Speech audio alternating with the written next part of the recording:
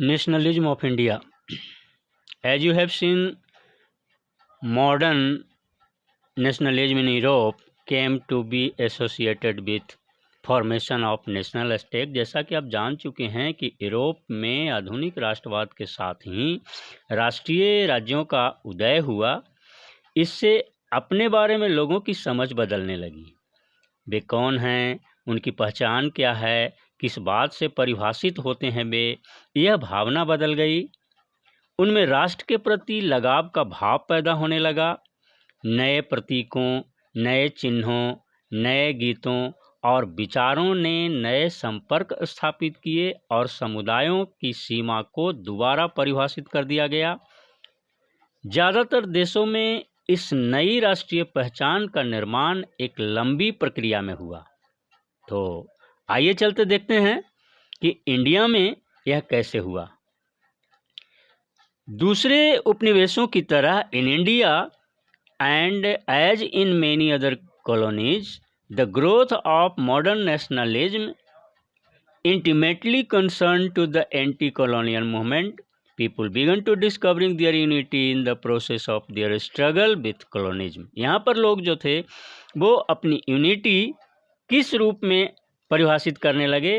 उनका मुख्य आधार था कि उपनिवेश का खिलाफत करना है। तो उपनिवेशवाद विरोधी आंदोलन के साथ ही गहरे तौर पर आपस में एक दूसरे से लोग जुड़ने लगे। The sense of being oppressed under colonialism provided A share bound that tie many different group together. मतलब इसने कई अलग अलग ग्रुप के लोगों को एक साथ जोड़ करके इकट्ठा किया। द एक्सपीरियंस वेयर वेरिड, लेकिन यहाँ पर अनुभव भी अलग अलग थे। And their notions of freedom were not always the same. जो इनका जो उद्देश्य था, सबका उद्देश्य आज़ादी का एक नहीं था। The Congress under Mahatma Gandhi try to force their groups together within one moment, but the unity did not emerge without conflict. अब महात्मा गांधी ने और कांग्रेस ने इन समूहों को इकट्ठा करके एक विशाल आंदोलन खड़ा किया, परंतु इस एकता में टकराव के बिंदु भी निहित थे। In an earlier text book, पहले की किताब में आपने भारत में राष्ट्रवाद के उदय का अध्ययन किया था। वहाँ आपने 20वीं सदी के पहले के दशक तक की कहानी पढ़ी थी और यहाँ हम 1920 के दशक से आगे के बारे में हम पढ़ेंगे, जिसमें कि हम बारी बारी से असहयोग आंदोलन, सविनय अवज्ञा इत्यादि आंदोलनों के बारे में जानकारी हासिल करेंगे। We will be explore how Congress sought to develop the nation movement, how different group did participate in the movement, and how nationalism captured the imagination of people. तो यहाँ आप देखिए, हम जब इस पर अध्ययन करेंगे तो सबसे पहले हमें उन कारणों को ढूंढना पड़ेगा, उन कारणों पर विचार करना पड़ेगा जो हमारे सामने निहित थे। तो आखिर क्या कारण था? इसके बहुत सारे कारण थे। इसमें द फर्स्ट वर्ल्ड वार, प्रथम विश्व युद्ध, खिलाफत और असहयोग, ये 3 प्रमुख कारण माने जाते हैं जो हमारे एकता को सुदृढ़ किया। जैसा कि आप जानते हैं 1919 के बाद के सालों में राष्ट्रीय आंदोलन नए इलाकों तक फैल गया। संघर्ष की नई पद्धतियां सामने आई। सबसे पहले तो बात यह है कि विश्व युद्ध में एक नई आर्थिक राजनीतिक स्थिति पैदा हो गई, जिसके कारण रक्षा व्यय में भारी इजाफा हुआ। बहुत पैसे खर्च किए जाने लगे युद्ध के नाम पर, कर्ज बढ़ गया और फिर इस कर्ज की भरपाई के लिए टैक्स बढ़ाई गई, सीमा शुल्क बढ़ा दिए गए, आय शुल्क बढ़ाया गया। युद्ध के दौरान कीमतें बढ़ गई और 1913 और 18 की अगर हम बात करें तो 1913 और 18 के बीच कीमतें आसमान छूने लगी, जिसके कारण आम लोगों की मुश्किल बढ़ गई। गांव में सिपाहियों की भर्ती ज़बरदस्ती किया जाने लगा। ग्रामीण इलाके में इसके कारण बहुत लोगों में गुस्सा था। 1918-19 और 1920-21 का जो बात हम करें, इस दौरान फसल मारी गई, जिसकी वजह से खाद्यान्न की कमी हो गई, और जब खाद्यान्न की कमी हो गई तो भूखमरी की स्थिति उत्पन्न हो गई। और ऐसे समय में महामारियों ने भी भारत पर अपना प्रकोप जारी रखा। इन्फ्लुएंजा एपिडेमिक बन गया। According to the census of 1921, 12 to 13 million people perished as a result of famine and the epidemic। यानी लगभग 12 से 13 मिलियन लोग इस दौरान अकाल से मर गए और महामारी से मर गए। People hoped that their hardship would end after the war। जनता को ये उम्मीद था कि उनकी ये कठिनाई जब विश्व युद्ध खत्म हो जाएगी तो खत्म हो जाएगी, लेकिन उनका ये सपना सही नहीं हुआ, वो निराश हो गए। सत्याग्रह का विचार और गांधी जी, आपको पता है कि भारतीय स्वतंत्रता संग्राम में गांधी जी का पदार्पण 1915 में हुआ। आप इस तिथि को याद रखिएगा। इसके पहले वो अफ्रीका में एक बहुत ही कामयाब अंग्रेजों के खिलाफ लड़ाई लड़के आए थे। महात्मा गांधी ने सत्याग्रह का मार्ग अपनाया। सत्याग्रह का शाब्दिक अर्थ है सत्य के लिए आग्रह। महात्मा गांधी के विचारों को अगर देखें तो महात्मा गांधी का कहना था कि सत्याग्रह के विचार में सत्य की शक्ति पर आग्रह और सत्य की खोज पर जोर दिया जाता था। इसका अर्थ यह था कि अगर आपका उद्देश्य सच्चा है, यदि आपका संघर्ष न्याय के खिलाफ है, तो पीड़क से मुकाबला करने के लिए आपको किसी शारीरिक बल की आवश्यकता नहीं है। प्रतिशोध की भावना या आक्रामकता का सहारा लिए बिना सत्याग्रही केवल अहिंसा के सहारे भी अपनी संघर्ष में सफल हो सकता है, ऐसा गांधी जी का सोच था। तो आपको बताएं, after arrival in India, Bharat आने के बाद गांधी जी ने कई स्थानों पर सत्याग्रह आंदोलन चलाया। 1917 में उन्होंने बिहार के चंपारण इलाके से अपना ये कार्य शुरू किया, जहां पर कि नील उगाने वाले किसानों के खिलाफ किसानों की कठिनाई थी और अंग्रेज़ों के खिलाफ वहां पर इन्होंने सक्सेसफुल आंदोलन चलाया। उसके बाद उन्हें 1817 में ही खेड़ा, गुजरात से किसानों का बुलावा आया। फिर वो खेड़ा गए। खेड़ा के बाद 1918 में महात्मा गांधी अहमदा में सत्याग्रह मूवमेंट का आंदोलन चलाना शुरू किए। गांधी जी सूती कपड़ा कारखाना के मजदूरों के बीच सत्याग्रह आंदोलन चलाने के लिए वहाँ पर अपना आश्रम खड़ा कर दिया। आप जानते हैं अहमदाबाद में उनका आश्रम है, साबरमती। तो अब हम लोग आगे चलते हैं। अगला है पड़ाव रॉलेट एक्ट, एक बड़ा ही महत्वपूर्ण।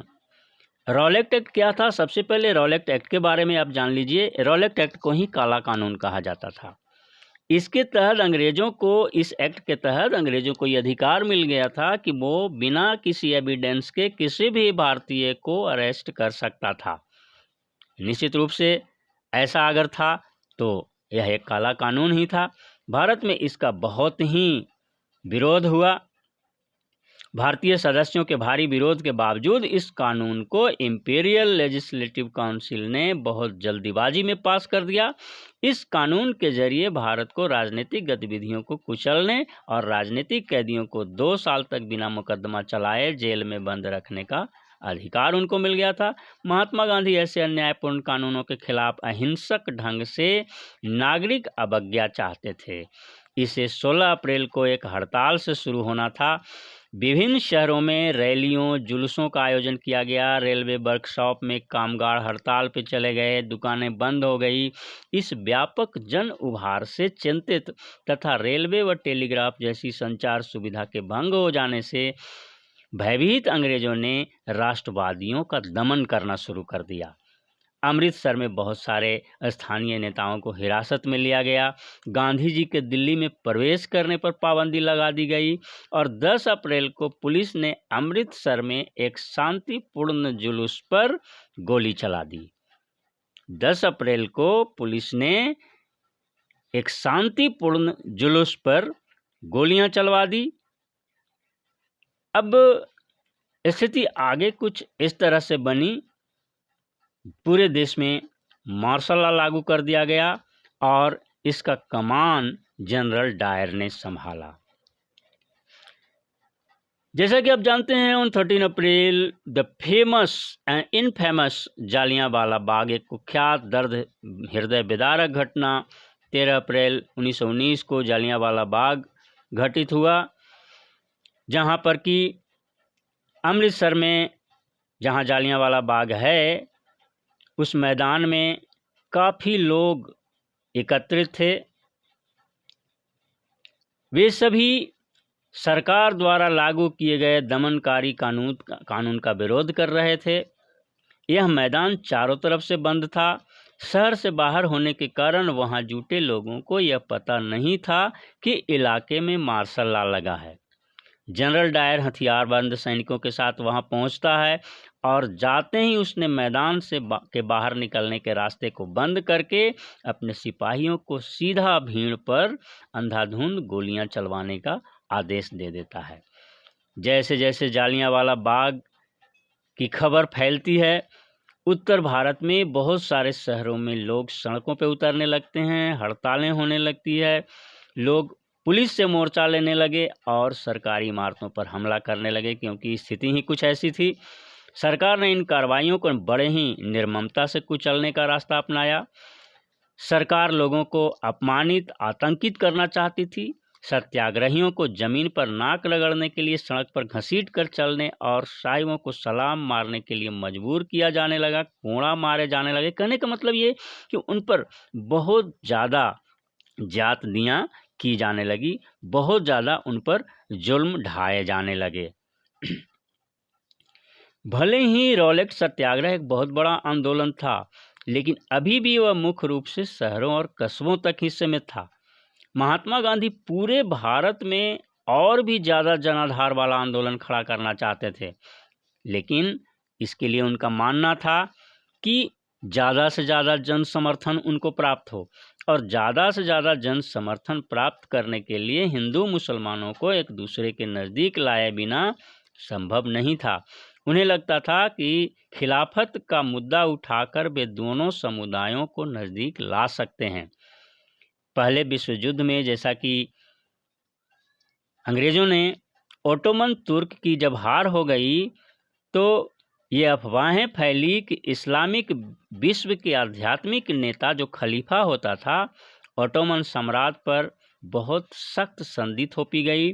खलीफा को तत्काल शक्तियों की रक्षा के लिए मार्च 1919 में बम्बई में एक खिलाफत समिति का गठन किया गया। उसके समर्थन में ओटोमन जो खलीफा था उसके समर्थन में मोहम्मद अली और शौकत अली, ये दोनों मिलकर के, ये दोनों युवा मुस्लिम नेता थे, इन दोनों ने ही इसका यहाँ पर सूत्रपात किया था उसके समर्थन में, खलीफा के समर्थन में। गांधी जी भी इसमें जुड़ गए और इस प्रकार से गांधी जी को मुस्लिमों का सपोर्ट मिल गया और फिर हिंदू मुस्लिम एकता मजबूत हुई और फिर आगे गांधी जी का प्लानिंग नन कोऑपरेशन मूवमेंट का रहा। तो अब प्रश्न ये उठता है कि ये नन कोऑपरेशन मूवमेंट क्यों, वाई नन कोऑपरेशन मूवमेंट? तो यहाँ पर आपको बता दें बच्चों कि गांधी जी को पता था कि अंग्रेज यहाँ क्यों हैं। वो जानते थे कि अंग्रेज को यहाँ बेनिफिट है, उनको फ़ायदा है, इसलिए वो यहाँ हैं। उनके दिमाग में ये बात आई कि अगर अंग्रेज़ों के फ़ायदे के सारे स्रोत बंद कर दिए जाएं तो अंग्रेज खुद ब खुद यहाँ से चले जाएंगे। और ये संभव कैसे था? असहयोग आंदोलन से, नन कोऑपरेशन मूवमेंट से। तो ये दिमाग में बात आते ही महात्मा गांधी ने असहयोग आंदोलन की तैयारी शुरू कर दी। तो अगले वीडियो में हम आपको असहयोग आंदोलन के बारे में बताएंगे। ओके।